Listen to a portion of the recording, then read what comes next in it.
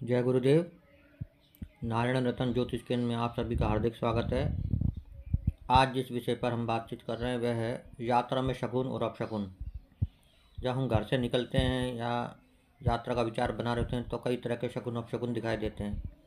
ऐसे समय में इस तालिका को देख के विचार करें कि हमें यात्रा करनी है कि नहीं करनी। यदि अपशगुन हो रहा हो तो जो उपाय बताया गया है वह कीजिए।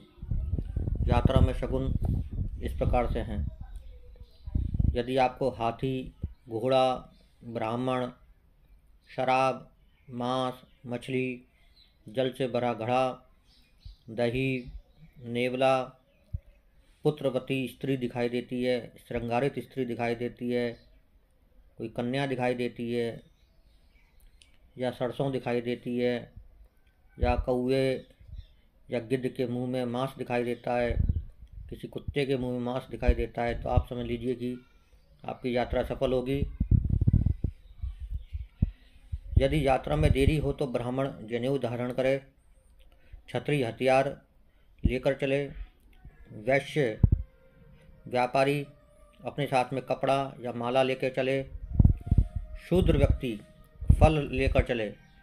जो वस्तु प्रिय हो वो सारे वर्ण प्रस्थान में रखे। अब यात्रा में अपशगुन की बात करते हैं। यदि यात्रा का विचार करते समय या निकलते समय घर से खाली घड़ा दिखाई दे, युद्ध की बातें सुनाई दे, विधवा औरत दिखाई दे, बंध्या औरत दिखाई दे, चमड़ा दिखाई दे, सन्यासी व्यक्ति दिखाई दे, लकड़ियाँ दिखाई दे, कोई छींक दे, कोई बुरे शब्द कहे, हड्डियाँ दिखाई दे, बिल्ली या सर्प रास्ता काट जाए तो अपशगुन होता है। और उसका निवारण इस प्रकार से है कि यात्रा में यदि पहला अपशगुन हो तो 11 श्वास ओम की बोलें, प्राणायाम करें, श्वास रोकें और 11 बार ओम ओम ओम ओम इस तरह से लगातार बोलिए। यदि दूसरी बार भी अपशगुन दिखाई देता है तो श्वास भर के 16 बार ओम ओम ओम ओम ओम ओम ओम इस प्रकार से कहना है। यदि तीसरा अपशगुन दिखाई देता है तो समझ लीजिए कि आपके इष्ट देवता या कुल देवता या घर के पितरों की इच्छा नहीं है, उस दिन की यात्रा को टाल देना ही बेहतर है और कुछ समय पश्चात यात्रा पर जाना चाहिए।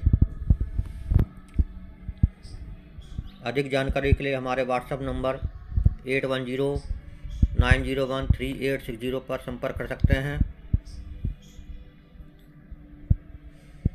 जय गुरुदेव।